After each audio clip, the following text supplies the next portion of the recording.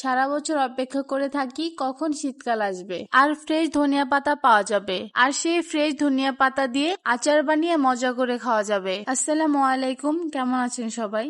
চলে আসলাম আরো একটি ভিডিও নিয়ে। ধনিয়া পাতা প্রেমী যে আপু ভাইয়ারা আছে তাদের কাছে আজকের এই ভিডিওটি দারুণ ভালো লাগে। আমি আজকে এই রেসিপির নাম দিয়েছি আচারি ধনিয়া পাতার ভর্তা। এই রেসিপি বানানোর মূল উপকরণই হচ্ছে ধনিয়া পাতা। আমি বাজার থেকে 20 টাকা দিয়ে 2 মুঠো ধনিয়া পাতা এনেছি। সেগুলোকে খুব ভালোভাবে বেছে নিয়েছি যেন এক্সট্রা কোনো ঘাস না থাকে। এরপর নর্মাল পানি দিয়ে 3 থেকে 4 বার ধুয়ে নিয়েছি।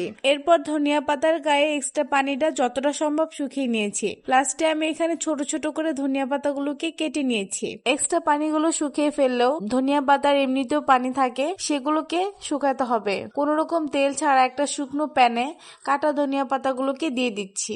ধনিয়া পাতাগুলোকে ততক্ষণ পর্যন্ত ভাজতে হবে যতক্ষণ না এর গায়ে থাকা পানিগুলো একদম শুকিয়ে যাচ্ছে। আর এই অবস্থায় চেষ্টা করবেন চুলার জালটা হাই হিটে রাখতে, এতে করে ধনিয়া পাতার সুন্দর রংটা নষ্ট হবে না। ভাজা ধনিয়া পাতাকে একটু ঠান্ডা হতে দেব। এরপরে আচারি ধনিয়া পাতার ভর্তার জন্য একটা স্পেশাল মশলা লাগবে। চলুন তাহলে আমরা সেই মশলাটা বানাই। প্রথমে আমি এখানে বেশ খানিকটা তেঁতুল দিয়ে দিব। এবার নর্মাল পানি দিয়ে তেঁতুলটাকে ভিজিয়ে রাখবো। ভিজিয়ে না রাখতে চাইলে ইনস্ট্যান্ট এই কাজটা করা যাবে। এবার হাতের সাহায্যে ডলে তেঁতুলের কাঠগুলোকে বের করে নিব আর তেঁতুলের বিচিগুলো ফেলে দিব। যদি আপনাদের কাছে তেঁতুল অ্যাভেলেবেল না থাকে তাহলে এই কাজটা ভিনেগার দিয়েও করতে পারেন। এবার রেডি করা তেঁতুলের কাঁধে কিছু মশলা অ্যাড করার পালা। প্রথমে আমি এখানে অ্যাড করে নিব 1.5 চা চামচ লাল মরিচের গুঁড়ো, এরপর দিব 1 চা চামচ হলুদের গুঁড়ো, 1 চা চামচ ধনিয়ার গুঁড়ো এবং 1 চা চামচের কিছু কম জিরার গুঁড়ো, সাথে দিব স্বাদ মতো লবণ। এবার সবগুলো মশলাকে ভালোভাবে মিশিয়ে নিব। আমার স্পেশাল মশলাটা একদম তৈরি হয়ে গেছে। এবার চুলায় একটা প্যান বসিয়ে দিব আর এতে 1 কাপ পরিমাণ সরিষার তেল ঢেলে দিব। দিব 2 টুকরো দারচিনি আর 2টি এলাচ। এবার দিব 10 থেকে 12টি শুকনো মরিচ। শুকনো মরিচ গুলোকে আমি মাঝখান থেকে কেটে দিয়েছি যেন ঝালটা বেরিয়ে যায়। শুকনো মরিচ গুলোকে একটু ভেজে আমি দিয়ে দিব এখানে 1 কাপ পরিমাণ রসুনের কোয়া।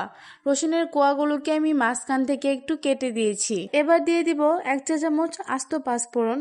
এই কাজটা আগে করবেন, আমি ভুলে গিয়েছিলাম তাই শেষে দিয়ে দিচ্ছি। এবার রসুনগুলোকে লাল লাল হওয়া পর্যন্ত ভাজতে হবে। ভাজা হয়ে গেলে খুব সুন্দর একটা ফ্লেভার বের হবে। রসুনগুলো ভাজা হয়ে গেছে, দেখে বুঝতে পারছেন রসুনগুলো খুব ভালো মতো সিদ্ধ হয়ে গেছে। এবার আগে থেকে যে আমরা একটা স্পেশাল মশলা করে রেখেছিলাম সেই মশলাটা এই তেলের ভিতরে দিয়ে দিব। এবার স্বাদটাকে ব্যালেন্স করার জন্য 1.5 চা চামচ পরিমাণ চিনি দিয়ে দিব। আর এই মিশ্রণটাকে অনবরত নাড়তে হবে যেন তলায় না লেগে যায়। চুলার জালটা লো ফ্লেমে রেখে বেশ খানিকটা সময় নিয়ে মশলাগুলোকে ভাজতে হবে, তাহলে কাঁচা গন্ধটা দূর হবে আর খুব সুন্দর একটা স্মেল বের হবে। যখন মশলাটা এরকম দলা পাকিয়ে যাবে সেই মুহূর্তে চুলার জালটা বন্ধ করে দিতে হবে। এবার আমরা আগে থেকে যে ধনিয়া পাতাটাকে ভেজে রেখেছিলাম সেই ধনিয়া পাতাটা ব্লেন্ড করে এই মশলার ভিতরে দিয়ে দিই। এখন প্রশ্ন করতে পারেন কেন চুলার জালটা বন্ধ করে দিলাম। আসলে চুলার জালটা অন করা থাকলে ধনিয়া পাতার কালার গুলো নষ্ট হয়ে যেত আর ধনিয়া পাতার যে সুন্দর স্মেলটা আছে সেটাও নষ্ট হয়ে যেত। তাই চুলার জালটা বন্ধ করে ধনিয়া পাতার সাথে মশলাগুলোকে খুব ভালোভাবে মিশিয়ে নিতে হবে। এবার আপনার 1 সপ্তাহের মতো এই ভর্তাটাকে বাইরে রেখে খেতে পারবেন। আর যদি চান আরো বেশি দিন সংরক্ষণ করবেন তাহলে টানা 3 থেকে 4 দিন এই ভর্তাটাকে রোদে দিবেন, তাহলে 1 থেকে 1.5 মাস পর্যন্ত ভালো থাকবে।